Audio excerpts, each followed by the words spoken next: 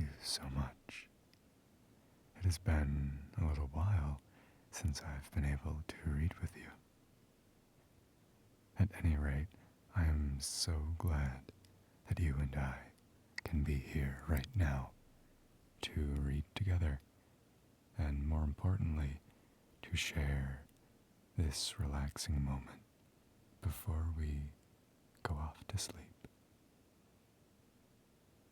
I'm not sure how fun the moment will be, but again, fun is not the priority because one of us has to fall asleep before the other, and hopefully that's going to be you. It would be kind of strange if I fell asleep first and you were listening to us talk. There wouldn't be much to listen to, I guess.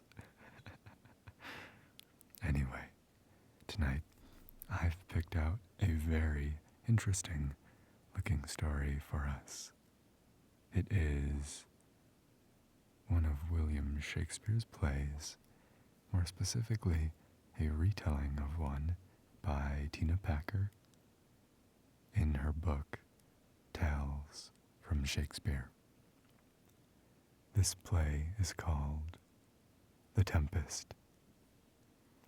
Now, I said that it was an interesting looking play because just like King Lear, I have not read this story before, or more specifically, I have not seen or read the play which Mr. Shakespeare wrote.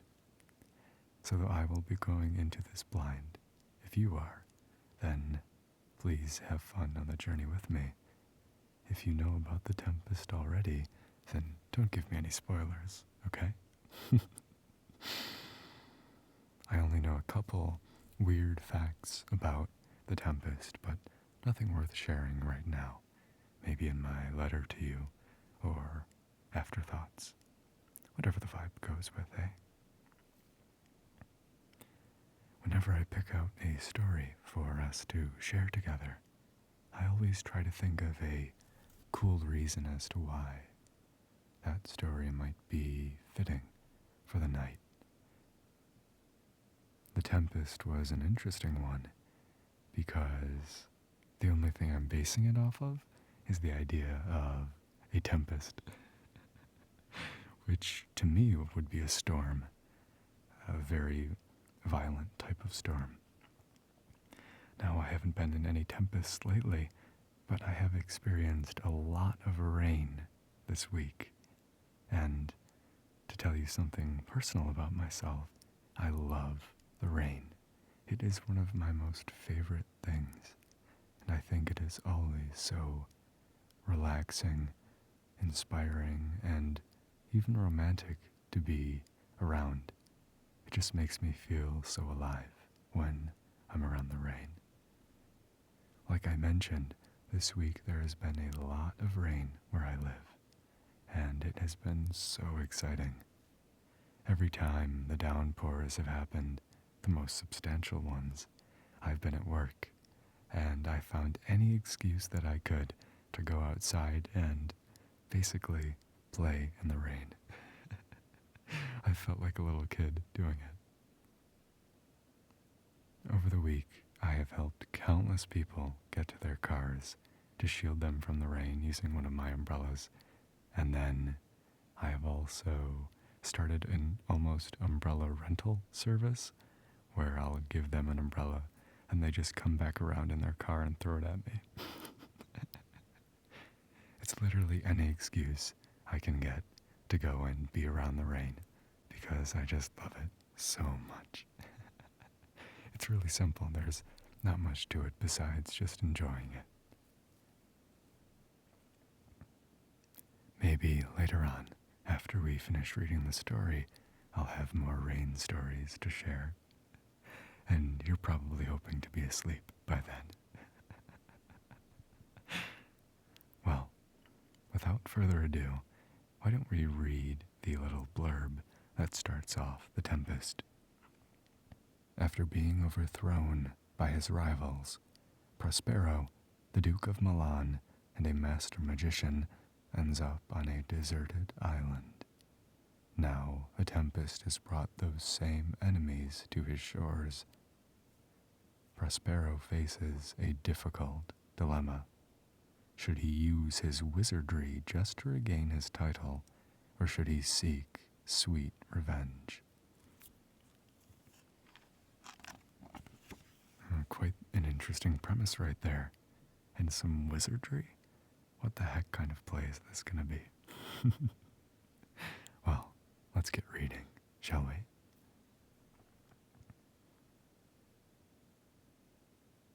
Prince Ferdinand of Naples clung to the ship's railing. The deck dropped beneath his feet, then just as suddenly thrust him high above the waves. Thunder roared, and balls of fiery lightning lit the masts. Ferdinand searched the blinding downpour for the rest of the royal party. His father, King Alonso, his uncle Sebastian, Duke Antonio of Milan, and the old counselor, Gonzalo. He found no one. A timber snapped with a loud crack. The vessel was splitting apart and would soon sink, sucking the prince down with it. Ferdinand grabbed the rigging and threw himself into the turbulent sea. On the shore of a nearby island, a feisty young woman fearfully watched the sinking ship. Miranda worried about its poor passengers, and she wondered about the fierce storm. There was something unnatural about this tempest, something almost magical. She watched the thunderclouds, which seemed to attack the ship like wolves hunting a rabbit. Miranda ran from the shore. She had never seen a ship before, or indeed any human other than Prospero, her father, but she had seen plenty of magic. Prospero was a skilled magician who ruled over all the creatures and spirits of the isolated island. Miranda knew her father was a just man, but he took swift action if crossed. Miranda found her father standing on a high ledge, looking out to sea. He watched the storm with satisfaction. "If by your art, my dearest father, you have put the wild waters in this roar, allay them," Miranda pleaded, "or I have suffered with those that I saw suffer." "Wipe thou thine eyes," Prospero replied calmly. "I have so safely ordered that there is no soul lost. I have done nothing but in care of thee, who art ignorant of what thou art." Prospero then told his daughter a most amazing story, which revealed their true identities. Miranda was a princess because Prospero himself was the rightful Duke of Milan. He had been overthrown by his own brother, Antonio. King Alonso of Naples and Alonso's brother, Sebastian, had helped. Antonio had set Prospero and the 3-year-old Miranda adrift in a leaky, open boat. They survived thanks to a sympathetic counselor, Gonzalo. He had secretly stocked the boat with food and other necessities, including volumes of magic spells from Prospero's library. Father and daughter floated safely to the deserted island, where they had lived for the past 12 years. "Now," Prospero concluded, "by accident most strange, my enemies have been brought to this shore." Fate had favored Prospero. All his enemies had been aboard the same ship. When it sailed within range of Prospero's power, he unleashed the Tempest. The storm was part of the magician's plan to right the wrongs done to him and his daughter. His story told, Prospero flashed a hand in front of Miranda's eyes. "Thou art inclined to sleep," he said. "Give way to it. I know thou canst not choose." Miranda yawned. Her eyelids shut, and she fell asleep. Prospero called out, I am ready now, my Ariel. Hast thou done as I bade thee? A nimble little spirit lighted on a mossy rock above Miranda. To every article, Ariel laughed, lounging on the soft green carpet. All but the sailors plunged in the foaming brine and quit the vessel. I have dispersed them about the isle. Safely in the harbor is the king's ship, the sailors all under hatches stowed, who, with a charm, I have left asleep. The spirit was proud of his work. Thy charge exactly is performed, Prospero said, but there's more work. Is there more toil? Ariel asked crossly. Let me remember thee what thou hast promised. My liberty. Before the time be out? Prospero thundered. Dost thou forget from what a torment I did free thee? Hast thou forgot the foul witch Sycorax, who for sorceries terrible was hither left by sailors? At the witch's name, Ariel leaped to his feet. No, sir. Thou was then her servant. Thou was then her servant, Prospero said sternly. But because thou wast a spirit too delicate to act her abhorrent commands, she did confine thee into a cloven pine tree. Imprisoned, thou didst remain 12 years, within which time she died and left thee there. Thy groans did make wolves howl. It was mine art that opened the pine and let thee out. Pardon, master. Ariel bowed respectfully. After 2 days, I will discharge thee, he said. Ariel clapped his hands in delight. That's my noble master. He sped away to carry out Prospero's orders. With another wave of his hand, Prospero awakened Miranda. He bid her accompany him to visit their servant Caliban, the son of the witch Sycorax. What ho, Caliban, Prospero called into the creature's cave. The southwest wind blow on ye, and blister you all over, a rough voice hurled back. Caliban edged his way out into the light. He was of monstrous size. His mass of hair looked like tangled seaweed. When thou first came, thou stroked me and made much of me. Wouldst give me water with berries in it, Caliban said. And then I loved thee. I showed thee all the qualities of the isle, the fresh springs, brine pits, barren place and fertile. Cursed be I that did so, for here you keep me in this hard rock, away from the rest of the island. I have treated thee with humane care, and lodged thee in mine own cell. Prospero was so furious he could scarcely spit out a reply. The creature knew full well that he had been banished because he had tried to attack Miranda. The memory brought back angry tears to Miranda's eyes. I pitied thee, took pains to make thee speak, taught thee each hour one thing or other, she said. You taught me language, Caliban spat, and my profit on it is, I know how to curse. Prospero raised his staff.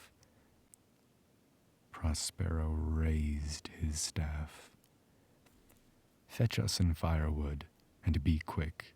If thou neglects what I command, I'll rake thee with cramps and make thee roar such that beasts shall tremble at thy din. No, pray thee. Caliban hurried away, muttering, I must obey. His art is of such power. On a nearby shore, Prince Ferdinand awoke and found himself lying alone in the sun-baked sand. All signs of the storm and the ship had vanished, but his clothes were dry and freshly pressed. Even his sword still hung in its sheath.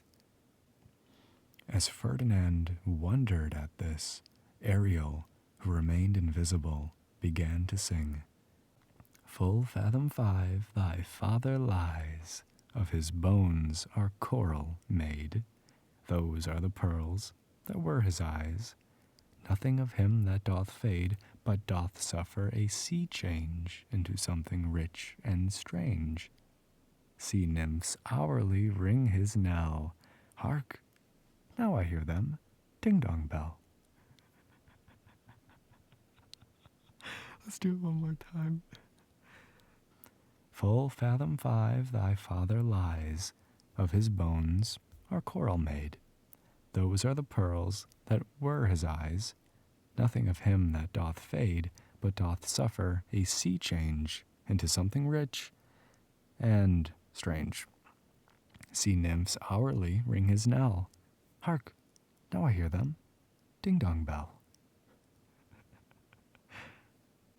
Ferdinand tried to follow the sound. The spirit's spell-binding melody drew him inland toward Miranda, just as Prospero had commanded. When they drew near, and Miranda saw the prince, she gasped. What is it? A spirit? I might call him a thing divine, for nothing natural I ever saw so noble. Ferdinand stared at Miranda, equally amazed. This is most sure the goddess on whom this music attends. Miranda laughed, and Ferdinand knew at once she was human.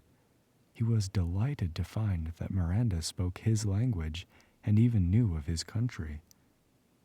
Prospero hid a smile. It was part of the plan for his daughter and his enemy's son to fall in love, and they were doing so without the aid of his magic. This swift business I must uneasy make, Prospero said to himself, lest too light winning make the prize light. The magician lifted his staff against Ferdinand. Thou hast put thyself upon this island as a spy to win it from me, Prospero charged. I'll chain thy neck and feet together. Startled, the prince drew his sword. I can disarm thee with this staff, Prospero warned. Ferdinand's sword grew heavier and heavier. It fell from his grasp. The prince was too love-struck to care. This man's threats are but light to me. Might I but through my prison once a day behold this maid, he said. Miranda begged her father not to treat the prince harshly. Prospero told Ferdinand he would have to prove himself by following all the magician's commands. On the other side of the island, King Alonso, along with most of his royal party, had escaped the shipwreck. Still, he despaired because his beloved son, Prince Ferdinand, was missing. You have cause of joy, for our escape is much beyond our hope, his counselor, Gonzalo, said gently. Sir, Ferdinand may live, another of the king's companions said. I saw him beat the waves under him and ride upon their backs. As the royal party rested, Ariel flew above and cast a sleep charm over all but Prospero's brother Antonio and King Alonso's brother Sebastian. Antonio stared at the sleeping men. An evil thought took hold of him. If Ferdinand had drowned, and if something now happened to King Alonso, then Sebastian would inherit the throne. If Antonio got rid of Alonso, the new king would surely reward him. My strong imagination sees a crown dropping upon thy head, Antonio whispered to Sebastian. Sebastian understood immediately. He motioned to Antonio to kill the king while he drew his sword to dispatch the faithful Gonzalo. Ariel quickly broke the sleeping charm. "How now?" King Alonso cried, waking to see their swords. "Why are you drawn?" We heard a hollow burst of bellowing like bulls," Sebastian stammered, or rather lions. The king frowned at the two men. He stood up. Let's make further search for my poor son," he commanded the party. Close by, Caliban was gathering firewood in the forest.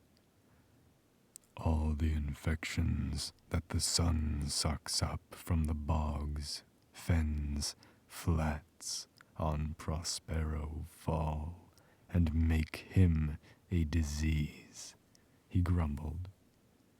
Something shrieked and rustled in the bushes. "Here comes a spirit of his to torment me for bringing wood in slowly," Caliban cried. "I'll fall flat. Perchance he will not mind me."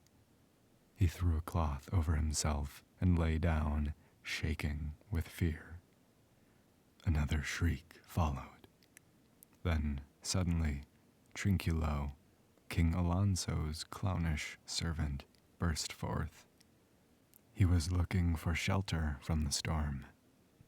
Trinculo spotted the large, covered figure and crept under the cloth with Caliban. "Misery acquaints a man with strange bedfellows," he said. A voice, loud with drunken song, rang out. Stefano, King Alonso's brother, staggered into the area. He had washed ashore with a case of wine and had spent the last hour swigging from a bottle. When he saw Caliban's scale-covered skin peeking out from under the cloth, he weaved to a halt. "This is some monster of the Isle," Stefano slurred. "If I can recover him and keep him tame, he's a present for any emperor." The servant smiled as he thought about the royal favors he would surely gain in return. "Do not torment me, prithee," Caliban cried. "I'll bring my wood home faster." Stefano eyed the shivering, lumpen figure.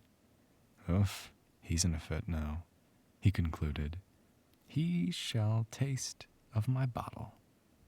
Stefano drained half of its contents into Caliban's mouth. Suddenly, another mouth appeared.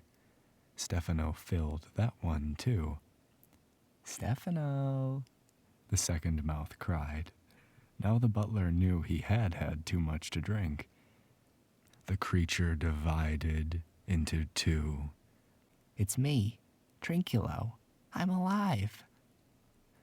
Stefano was overjoyed to see his friend and fellow servant. Meanwhile, Caliban felt the wine work upon his brain and his tongue. Surely this was a god come to feed him with powerful magic. "Hast thou not dropped from heaven?" he asked Stefano. Stefano laughed that this green, scaled monster would think him a mystical creature. He gave him more wine. By now, Caliban was drunk too. He threw down Prospero's bundle of sticks. "A plague upon the tyrant that I serve. I'll bear him no more sticks, but follow thee. By sorcery he got this isle from me. If thy greatness will revenge it on him, thou shalt be lord of it, and I'll serve thee. You are my king." Caliban knelt at Stefano's feet. Stefano considered Caliban's proposal. Be king of an island with its own faithful servant? He'd do it. Canst thou bring me to this tyrant? He asked. 'Tis a custom with him in the afternoon to sleep. Caliban smiled nastily. There thou mayst brain him, or with a log batter his skull, or paunch him with a stake, or cut his windpipe with a knife. And then you'll be free to marry his beautiful daughter. Stefano took another swig of his bottle. Oh, brave monster, lead the way. Suddenly, the air filled with strange music. Ariel was present.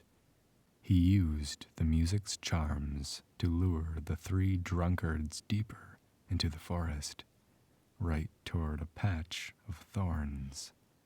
Ferdinand, meanwhile, was hard at work fulfilling Prospero's commands so he might court his daughter. His latest task was to move a towering pile of logs. It was a grueling, pointless job, but Ferdinand would have moved mountains for Miranda's sake.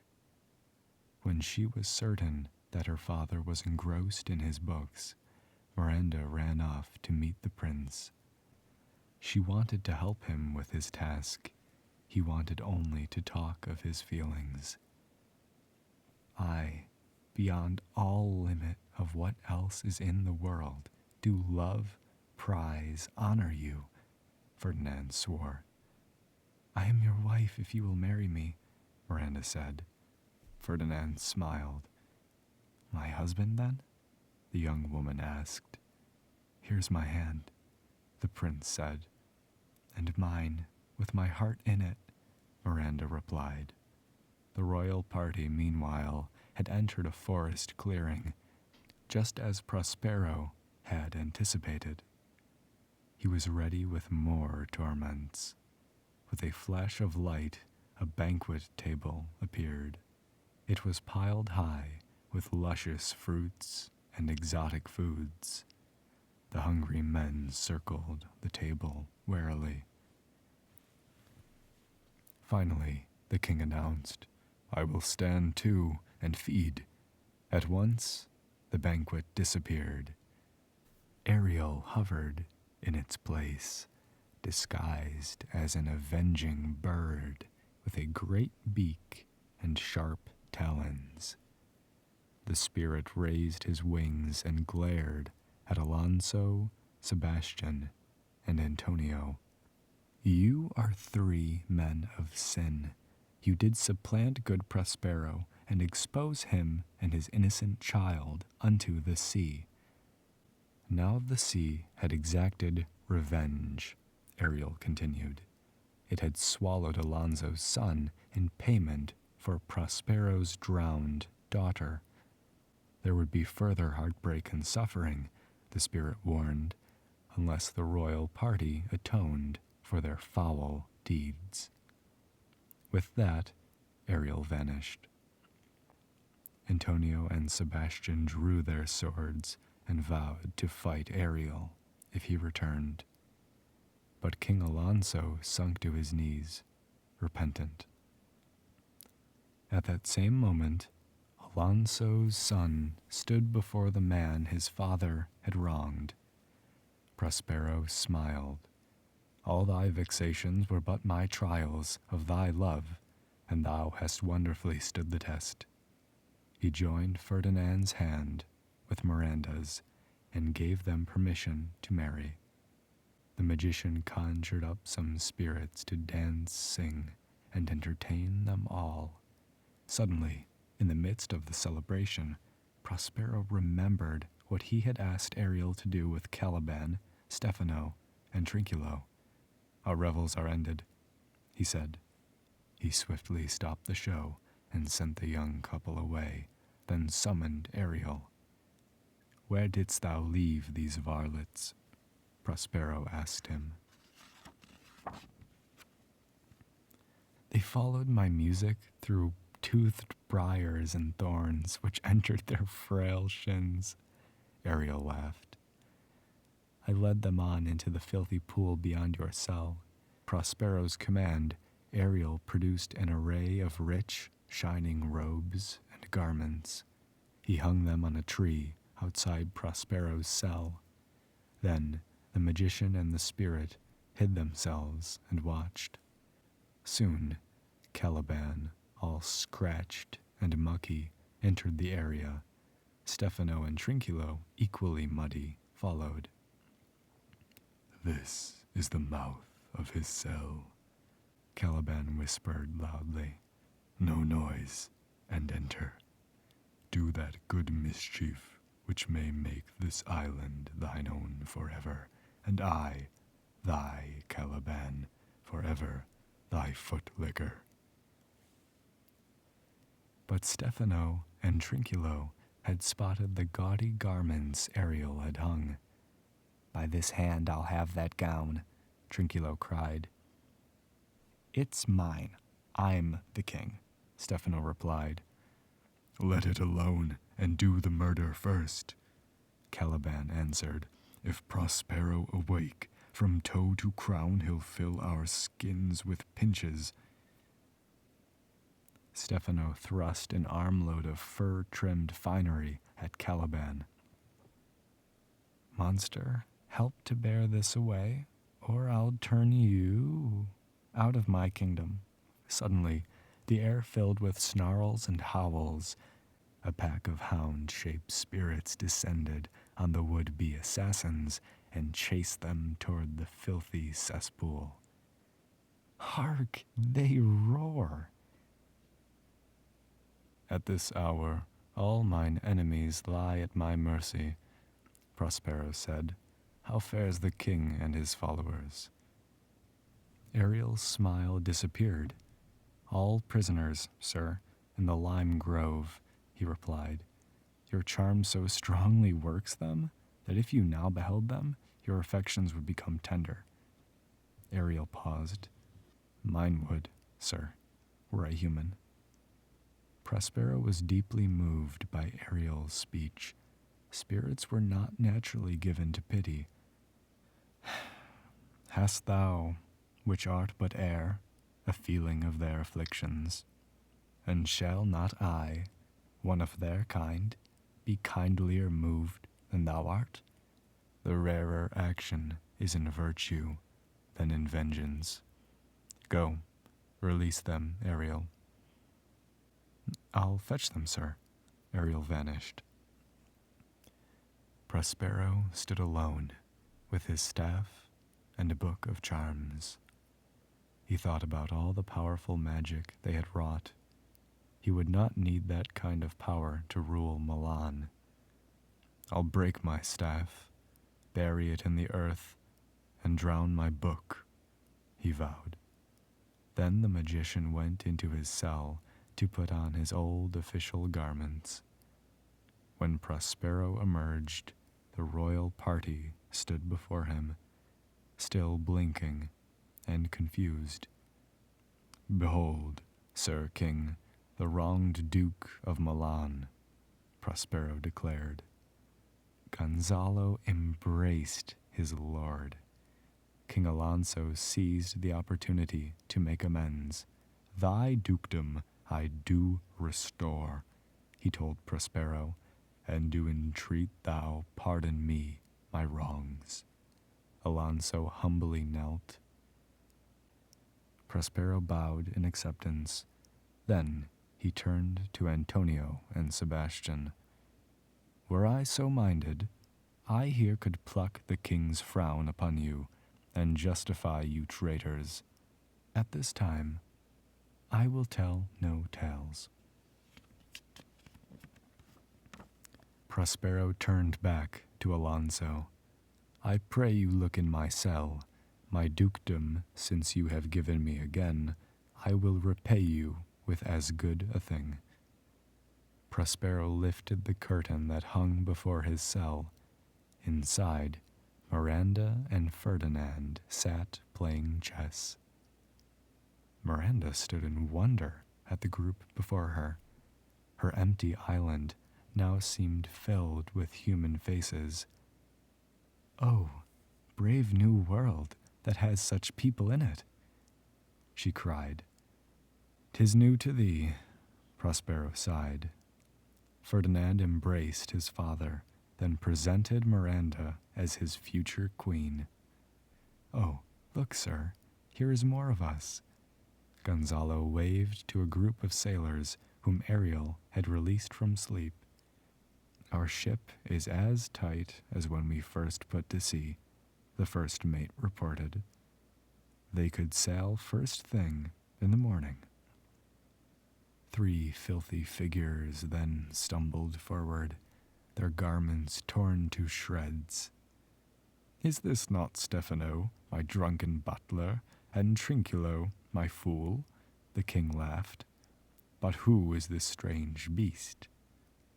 Caliban moved forward and stood before Prospero, who forgave him for his disloyalty. Caliban pointed to Stefano. "What a thrice double ass was I to take this drunkard for a god," he said. Then he trudged back to his cave, vowing not to emerge until the ship had sailed and taken all the humans with it. Prospero bid the royal party enter his cell to rest and prepare for the journey to Naples. He would accompany them there for the wedding, then sail home to Milan. When Prospero was alone, Ariel materialized before him. Prospero bowed to his magical servant. "This was well done, my tricksy spirit. I shall miss thee," he said. Prospero raised his staff to perform his last magical act. "My Ariel, chick, to the elements be free, and fare thou well." Ariel was exhilarated. Freedom. He sang out, "Merrily, merrily shall I live now, under the blossom that hangs on the bough." Prospero broke his staff and threw it into the sea. "Now my charms are all o'erthrown," he said, "and what strength I have's mine own." And with that, the Duke of Milan turned to join his guests. A magician no more.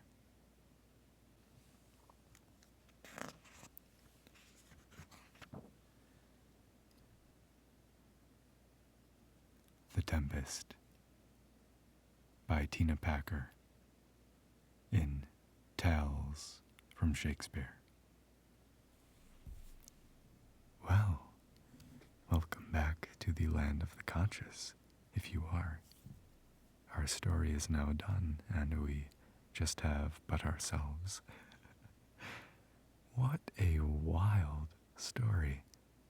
Now, as you can tell, I certainly had a blast with all the voices that I had to do, whether it be old or young, male or female, or humanly or magical. I have to say that Caliban is my favorite character in the entire play. He is so interesting, and he was just hilarious. Him with Stefano and Trinculo is the funniest trio I have ever seen in a Shakespeare play. They are absolutely hilarious, and this is just in the retelling. I mean, oh my gosh, imagine seeing an actual practiced actor crew do the bits that they do. I thought they were so funny, and I was cracking up. The fact that Caliban, he was hiding from the humans and just decided to lay down and put a blanket over him. And the fact that Trinculo, the court jester, snuggled up with him. And then how Prospero gave the alcohol to Caliban, and then Trinculo wanted some, and they all got drunk, and then plotted an assassination. I'm totally geeking out about this, and that's totally okay, because, just what a magical little tale. I think there was such little focus on the romance between Miranda and Ferdinand, and that was okay. I much enjoyed the tragic elements as well as the comedy elements, which I guess romance is somewhere in between for Shakespeare, but there didn't seem to be a focus on that in this retelling. I had no idea, of course, what to expect from this play, and I think it's considered a comedy, but also the position that Prospero is in is something more akin to Shylock. And The Merchant of Venice is considered a comedy, despite all of the really horrifying stuff in there. And I think that, to a lighter extent, Prospero is put in that tragic position, and the fact that we're following his actions, as opposed to something like Much Ado About Nothing, where clearly Don John is the outsider, and we're not following his actions, so despite him being tragic, he doesn't take away from the fact that the focus is a comedy. But in the instance of The Tempest, because Prospero is pretty much the protagonist, his tragic elements seem to almost overpower the comedic ones. Maybe, and I'm not sure about this, maybe The Tempest is considered a problem play, which is what The Winter's Tale is considered, I believe, as well as The Merchant of Venice. I'm not sure about the other ones beyond those two. Yeah. I'm a little too energized by this story, but as I say that, I can even feel the weight of the world pressing in on my eyes, saying, "You need to sleep, you need to sleep." And I think I'm going to be listening to them soon enough, because I'm going to fall asleep, whether it be here now or comfortably on my bed. Well, what a weird story. I wish it had a little more consistency so that I could put on a more gentle story for you. But this story just brought out every twist and turn it could, tone-wise. As soon as they had magic, I was like, okay, I'll have to do a brighter voice. Then we had the evil Caliban, who wasn't really evil, you could say.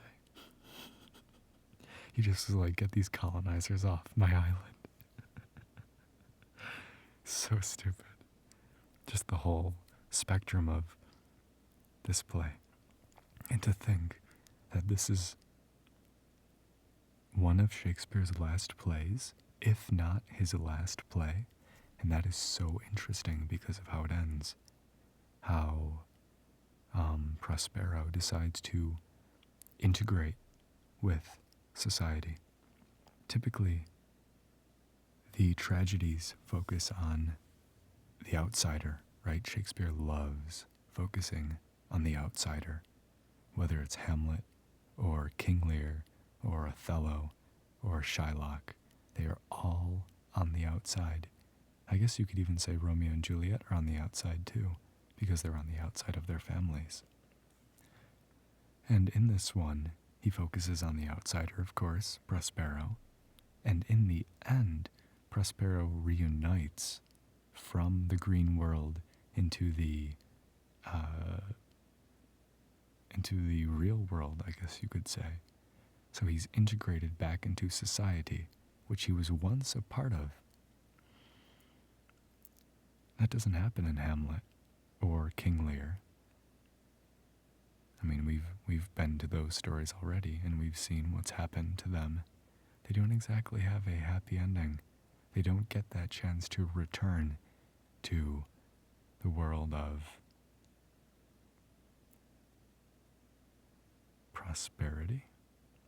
I say the green world because in all of Shakespeare's comedies, the characters visit a type of world outside of the society they live in, and that is typically where the healing comes from, or there's some type of magic. There's a lot of different characteristics that denote the green world.